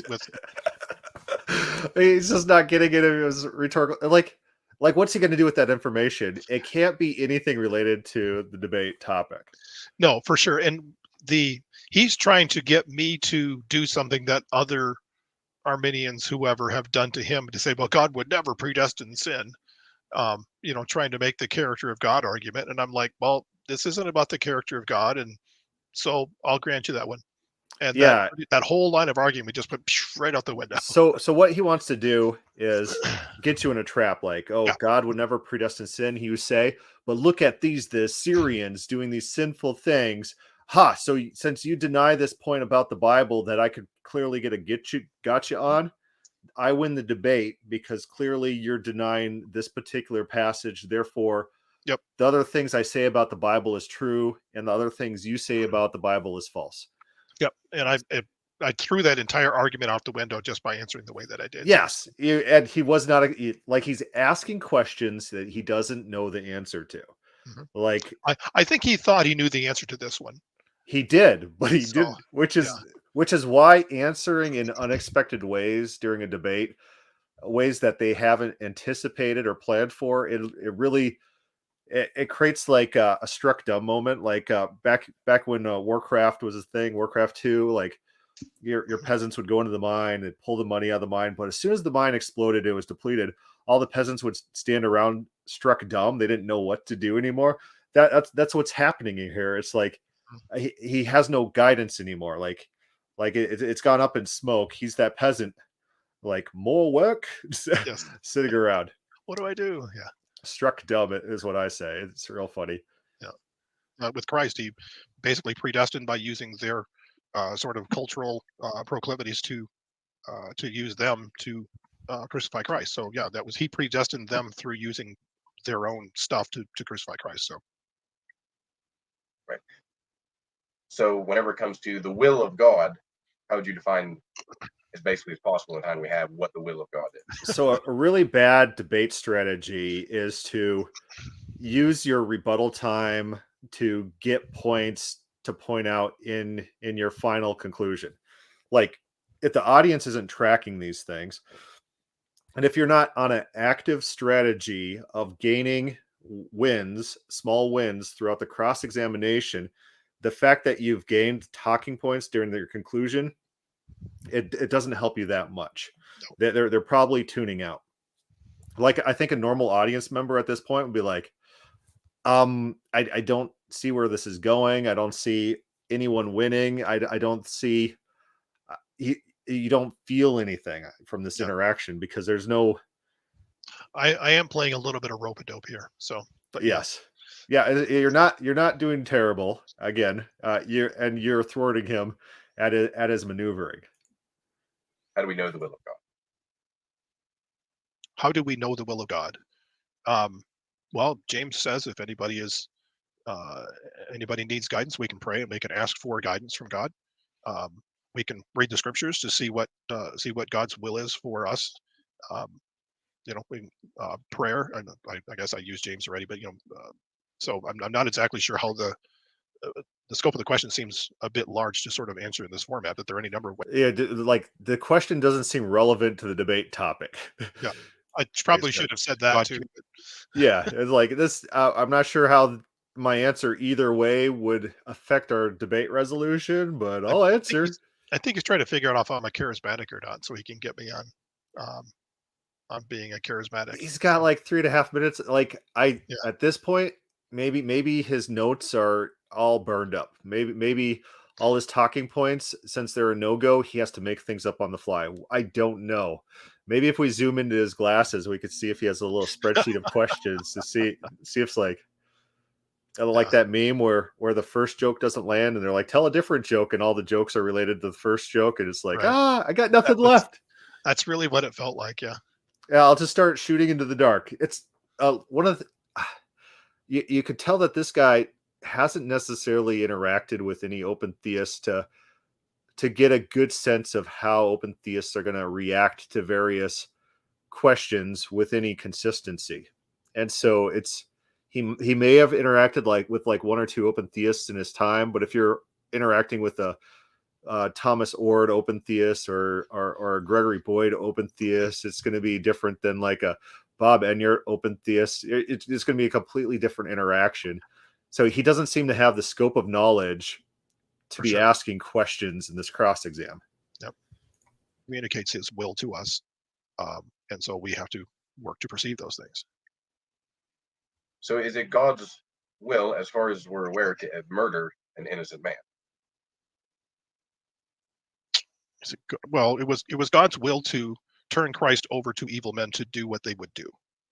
Okay, so that was the extent of God's intent. God, and again, Christ went willingly, so it wasn't as though Jesus was dragged to these evil men to have them do it. Jesus willingly gave up his own life, but I guess in the sense that Jesus worked to set himself up to do those things. That Jesus is. Yeah. So one thing you could do if you do present evidence like I do in some of my debates, like, yeah, Jesus thought the cross wasn't a necessity. Jesus thought the cross could be subverted. Like times like this, when he's asking you about these things, was this according to the will of God? Say, yeah, it's part of his plan. But remember that the cross in Jesus's mind didn't have to occur. It could be thwarted. It's not like God planning this and bringing it to fruition was a fated, predestined event. Jesus thought it could be thwarted. So recalls like I just not sure how well that would play with the Reformed audience, but yeah. But it is really funny because in the comments they will go crazy. They're like, what did he just say? And they get real triggered and very angry, and then they'll make little clips and they'll be like, open theist says this thing that we think is reprehensible. Don't we all agree it's so reprehensible? Because it's reprehensible to us, it must be wrong. We don't even have to bother refuting it. Yep. So is God, sure. So then I want to get back to the possibilities. So whenever we go back to creation, and all of history is just multiple possibilities within the mind of God. All of history could be completely different. The Bible could be completely different. Could be completely different. Sure, if Adam hadn't sinned, yeah, it would be very different. So I go back again. What was God's purpose in creating the universe and Adam? It's like he didn't listen to your original answer. He didn't internalize go back to the creation story. Man was to be given dominion over the earth. One thing that's really funny to do is if someone's debated, like Matt Slick, he's debated Leighton Flowers on a lot of different issues. If you're in a debate with someone and you control the questions and they're trying to make a certain point, you could ask them to tell you how Leighton Flowers would respond to that argument, because then you're forcing them not only to put themselves in the shoes of their opponent who they don't agree with, but you're forcing them to give the counter argument to the thing that they're trying to claim. Yeah. And it shows if they have intellectual integrity and honesty And if they one thing that happens with Calvinistic debates is you'll make a point that they can't refute, and so they drop or they run away, or sometimes they'll even admit that they can't refute that, and then you'll talk to them the next day, and it's like the prior conversation never happened. Oh yeah, And had it's that many like times. Yeah, it's like you're making the same point. It's like it did not mentally register to you that your point was a bad point. It's like what's going on here? Did you reset overnight? You just wiped your memory, and it's ideological capture. They got the talking points, and their talking points work fairly consistently with the people that they interact with, and so they can't process the times that it doesn't, and so they just have to keep on going on the script. They have to pretend that misalignment in the script doesn't exist, or else their worldview is shattered. Their worldview has a mistake. Earth and be fruitful and multiply and fill the earth, and then that dominion was at least we have an example of how that dominion is fulfilled in Genesis 2:19, where God calls the animals before. So Khan asks, watching from the beginning, you can make the argument if God declared predestined everything, then why does God only sometimes point out when he's doing something and not every time? Yeah, exactly. Like what is it in Malachi? Is it Malachi where God says, an evil does not befall a city without the Lord first declaring it to his prophets? And it's like God's not doing everything. The things that God does, God specifically states he does, so that the people know that God's doing those things rather than just happenstance, rather than someone else doing those things. Yes, the reason God tells people is so that people can differentiate when God's acting and when God's not acting. And it's definitely an argument against Calvinism. And I bring it up in my Isaiah debate. Yeah, it's okay to an extent, but it's kind of becomes an argument from silence that says, well, just because God didn't tell us doesn't mean that he isn't doing it. But you're right. It's But the passage that I gave says that a disaster does not befall a city without the Lord first declaring it to his prophets. Yeah. It's so funny. For Adam and whatever God calls him before, and so to see what Adam would call them, and whatever Adam called it, that was its name. And so God has created the universe so that he might see what creative things we might do with it. This is what theologians call the creative mandate. So then, if Adam had never sinned, then God could have never been glorified in the redemption of people through Christ and been shown his glory in the justice that he bestows on the wicked. That would have never happened. Well, God would have been glorified in Adam serving God and rejecting the temptations of the devil. So God would have been glorified in a different way. So if God is simply reacting he doesn't to know what what to mankind does. Everything is based on contingency plans based on what man does. Who would you say is really in control of the universe and history then? Is it man doing his thing and then God reacting to it, or who's guiding history? Well, I think you sort of mischaracterized my position here because, well, I don't know if I said it, but I had intended to say it, that God is acting both proactively and reactively in creation. So God is proactively bringing about his purposes, working through people, and by the same time watching what people, individuals, and nations do and that's a good answer to it. And so it's like he doesn't know what to do with that answer. Responding to those things. He got lucky because he ran out of time. I think he ran out of substance. It's like he's just shooting in the dark is what's happening. Well, I blunted a lot of his lines of argument by answering in ways that he didn't want me to answer. Right. And so how long is, like, we're at 1:40 right now. How long is his ending speech? Let's take a look at that. Like 5 minutes? Yeah, it's 5-minute closing. Okay, let's switch to his closing. We'll skip your cross-examination, or we could be here all night, and we'll see how he wraps up the material that he has just gathered and his interactions, how he summarizes it. And as soon as you begin to speak. All right.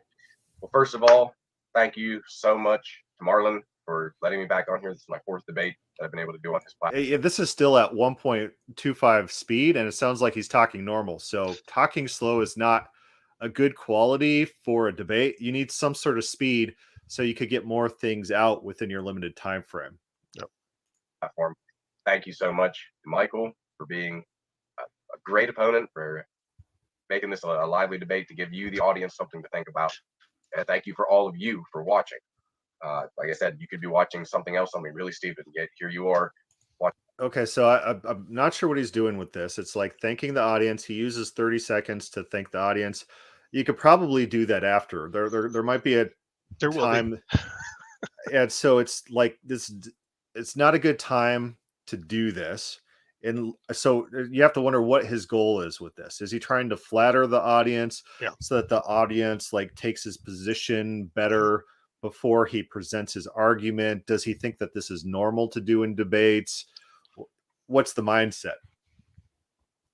Watching a couple guys on the internet argue about theology. So just thank you for everybody. Thank you for this opportunity. Well, I would hope that after this whole discussion, that it would be obvious where the That was 40 seconds out of a five minute outro. biblical argument is coming from. The plain scriptures interpreting the unclear. There are definite statements that God meant something for a purpose, not used it. God meant something. God declaring the end from the beginning, doing whatever he pleases. And whether or not this is the exact language you would like to show that God is sovereign, it's clear what the message is that's being conveyed from the scriptures, that God is in control. So it's going to be constant gaslighting. Okay, repeat my key points, say what those things mean, and keep reinforcing it. Right. It's this is theological gaslighting is what's going on here. If I claim the same thing over and over, like Calvinists will do this often, they'll say, "Oh, I'm so scripturally based." So look, I read A.W. Pink, and you read A.W. Pink, and there's a whole page of text, and you look, there's some parentheses, and it has a Bible verse in parentheses that apparently means whatever he claims in the text. Whereas in reality, you turn to any of those references, it has nothing to do with anything he's claiming. They're just random, absurd references. But then you get a claim, "Oh, I'm so biblical. I read A.W. Pink." It's like, well, the confessions are the same way. The confessions make claims and then put proof texts in parentheses. It's like, I don't think that's a good way to make a confession, but okay. yeah. Calvin was better than Augustine on this point. Calvin was actually a little frustrated with Augustine because Augustine loved to spiritualize the text. And he was like, "What is this guy doing? He's spiritualizing everything?" And Calvin would actually like look at texts and just like parse them out and interpret them and try to see what they're saying. Then he'd dismiss the text afterwards. But he's actually a better exegete than Augustine ever was. For sure. Yeah. God's will is not thwarted. Just like Nebuchadnezzar said, who is there that can stay his hand? Who is there that can thwart his will? The scriptures are not making a God that is surprised by things or is limited. So he's attempting to project confidence, and confidence is a good strategy, but I don't feel like this man is radiating confidence. It doesn't feel like that. It feels very sketchy, and it almost feels fake in a way. So I don't know how many times he's practiced this, whether he's having mental conflicts as he's reciting this, whether he believes this fully. It's not clear because it's not coming out in his body language. It's not signaling to me, someone who tries to look at people's body language, that he fully believes the things that he's claiming. Yeah. To human actions and having to react to it based on his smiles look like planted, like they don't look genuine. I think he's really thinking through his words because he doesn't want to step into any of the things that I specifically refuted. And so he's really having to, in order to gaslight properly, you've got to carefully step around the landmines that I've placed along the way. So, and I think that's kind of what he's doing in the back of his head. He's trying to avoid the things that I've specifically touched on already. So, yeah, I think you're seeing like a little hint of like arrogance, or like he wants to say, he wants to position himself in, "Oh, I'm better than him. I believe the Bible." He's gonna go basically ad hominem on me pretty quickly for being an open theist. So yeah. Half smile. It's not it doesn't feel like a genuine smile. No. You're talking to someone, they do the smile to you. It's like, yeah, you might be skimming, buddy. Possible futures. He's been, in all reality, he's as limited as we would be. Maybe a little less limited, and where he could see many more possibilities than us. But in all reality, you and I can think of all kinds of possibilities that can happen tomorrow. But if that's what we're limiting God to, is mere possibilities and acting on contingencies, that doesn't sound like the God of the Bible to me. The God of the Bible So like his shrugs seem very stiff. Mhm. Like are they're Yeah. practiced or what are you? Is it I a genuine? I think he's very nervously doing this because he knows he has not made his case at any point. And Right. It's yeah, pre-scripted, but he wants he to doesn't portray believe it. confidence, but he's not confident. He doesn't believe it. Yeah. Gives prophecy. He says, this is going to happen. And really honestly think to yourself, how many things are happening in any given second of the world and the universe? How any of those little things could change? How many decisions that you have made in one day that were affected by outside influence and affected by things you may not even notice, things all around you, and how many decisions you may have affected, and on it goes. This isn't just happenstance and God happened. So I think he brought it up in his opening, but this is an actual thing that open theists need to consider. If there are certain events that are predestined, how many variables that are related also need to be controlled or predestined? It's a good thought experiment, but I don't think he does a good job of arguing that that's a make or break for his case. Yeah. One thing that I had in my notes that I don't think I brought out was that there's a difference between what I call strong and weak predestination.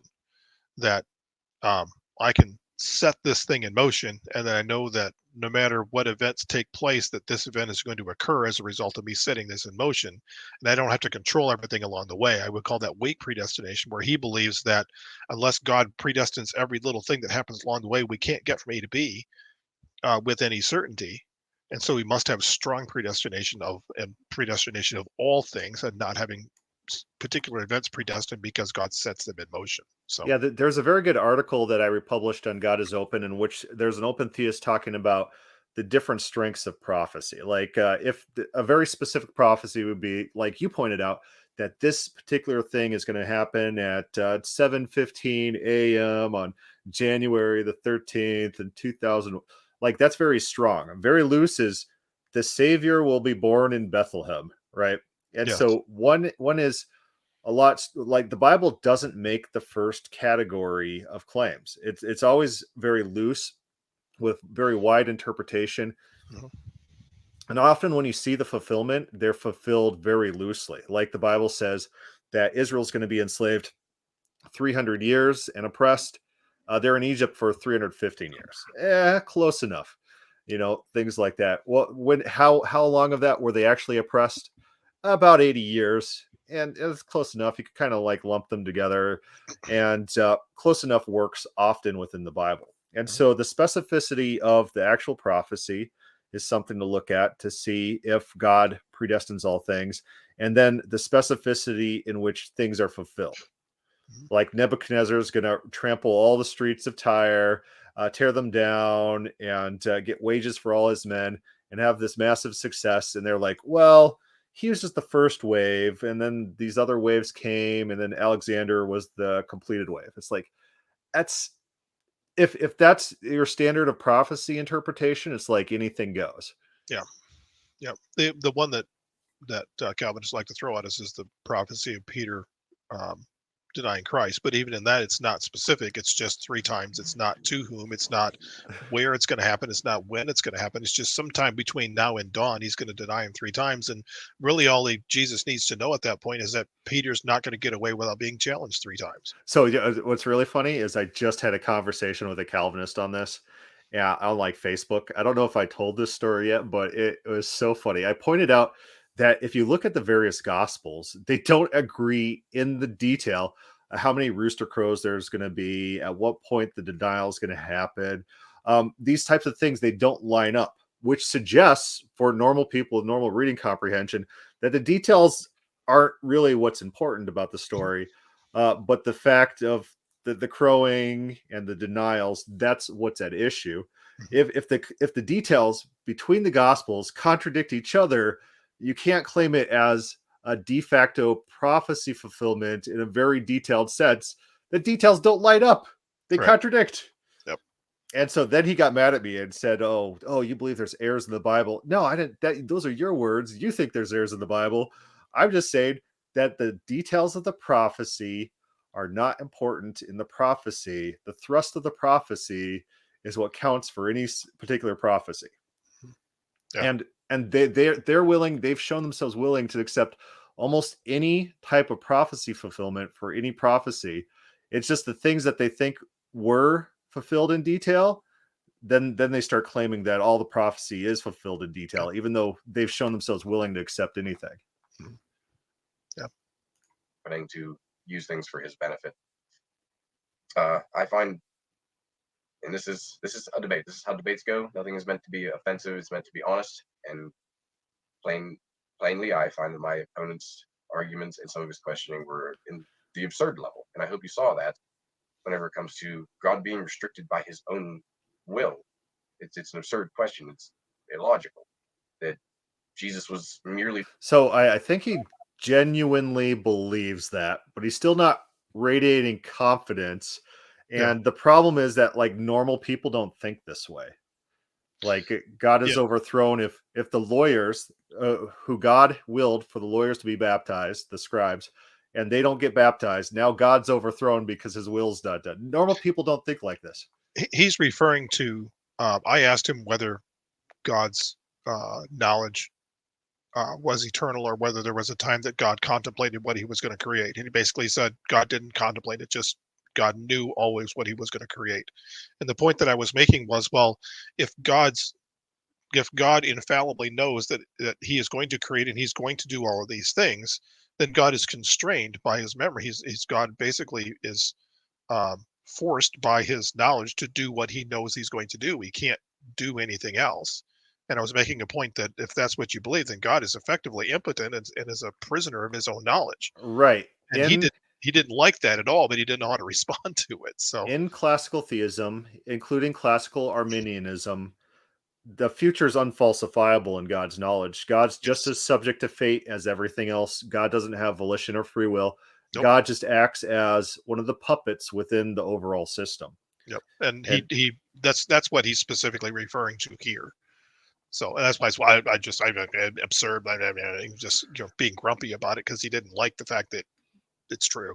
So one really funny part of the Will Duffy Matt Slick debate, I don't know if you ever watched that, but when Will Duffy's asking Matt Slick if God could add one raindrop to one storm, and Matt Slick, because Matt Slick will do anything to get out of answering a question that looks unfavorable, he just pretends like he doesn't know what the question's about.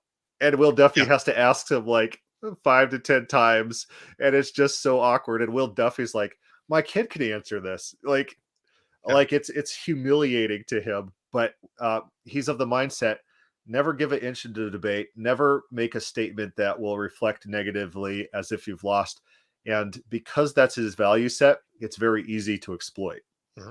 But he does the same thing with primary and secondary means during my which I don't think that you. I didn't handle it well. Yeah, I didn't handle it as well as I could have. Yeah. Right. Sure. And so that's the thing that we're talking about as well. About again, all of this is irrelevant to the overall question. Like I said, if I would have phrased the question, did God predestine the confusion of the Corinthians? That would have bypassed all of it, because I could have come back to that question. It doesn't matter whether primary, secondary means any of this. Did God predestine it? And if I could have just focused on that question, that the whole primary, secondary thing would have been absurd. So yeah, that was my mistake. Yeah. The bear, hoping that the Pharisees would do what he wanted to, that the Jews would do certain things, that Pilate would do it, just kind of trying to get things to go where he would go. It might be nervousness, but he's like jittery. Mm-hmm. It's like he did not like the fact that that it's possible that God could have predestined through sort of manipulating or interacting with people in such a way that they're going to respond in a particular way. He didn't like that, and you can see that here that he still doesn't like it. So I think that this closing represents the fact that like he's thrown for the loop about a lot of the interaction, and so all of his pre-planned conclusions probably doesn't flow. Work. So he has to shoot from the hip here, and it's not, his body language is not singing with the things he's saying. Not really knowing for sure that they would go that way. There was that possibility in God's mind that it could have gone a billion other different ways. But I think the scripture is absolutely clear. What the writers have conveyed is that God works all things according to the counsel of his will. All things. And yes, it is an active word. It is an active verb. Works, working. And that has been true since the beginning. Enoch says, God will kill all things on earth. Then the next verse says, God will save his righteous. Like, all things is limited by context. So it's like, what does the context say? Yeah. God does declare the beginning from the end and works all things, not just the big things, every molecule, according to the counsel of his will and to his purpose. So I hope that this was very informative. And so one thing I like to do is point out where these phrases are used of people. Like Luke says that Christians have perfect knowledge from the beginning. King David is said to know all things. The Prince of Tyre knows all the secrets of the heart. Things like this. Like, this is just normal language used about people. So when it's applied to God, to give it some super spiritual theological meaning that is loaded with his presuppositions, it's like completely fallacious. He doesn't read anything else like this, only his statements that he really needs to mean what he wants them to mean in order to be proof text for his position. And quite honestly, the refutation of position is just to complete the sentence. Read verse 12. It's like he works all things so that we would be the first to hope would be to. It's like, no, he's not working all things generally. He's working all things related to those who at first hope would obtain, blah blah blah. So that's another thing. It's like when they claim, oh, God does this or thinks that or knows this, ask, what's the mechanism? By what means does God know this? By what means does this event that God foresaid would happen, by what means does it occur?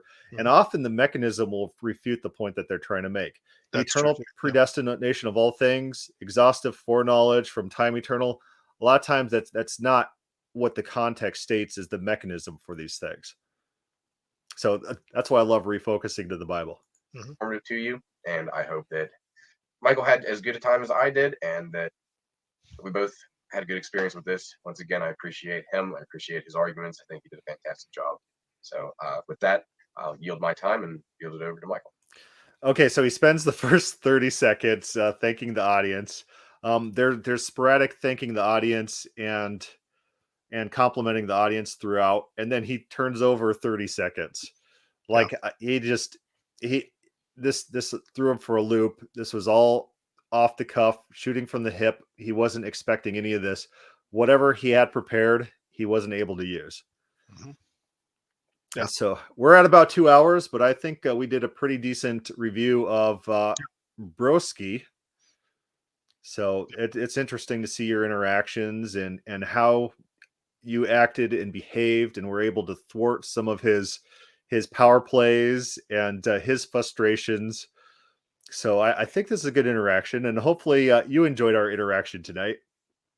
Oh, for sure. Yeah, I like doing these things. Just kind of go back and what did he do and how did he respond and what could I have done better? And these are all good sort of educational things to talk through. And I was talking about today. There was a guy who went to prison, and like he played golf in his mind, right? Like, so he just visualized his body playing golf over and over. It might have been like something else like pool or baseball, whatever it was. But when he got out of prison, because he spent all that time visualizing his body movements and emotions, he was able to play a lot better the sport that he visualized doing when he was in a space where he couldn't do it. And so running thought experience, like if you're having that conversation in the shower, oh, I should have said this, I should have done this. Those types of things will train your body how to react in similar scenarios. And they're very helpful for creating future interactions that are going to be fruitful. They're going to help you for those future times to know what to say and do. And so, the self-reflection, I think, is a very valuable tool. Yep, I agree. Yep. Yeah, and thank you for taking the time to do this with me. It's good to hear from you and to hear from people that are in your audience to make comments, things like that. It's all good feedback. Yeah, thanks for coming tonight. We'll end there. If people have questions or comments, put that down below or start a thread on the God is Open Facebook group. Thanks for watching.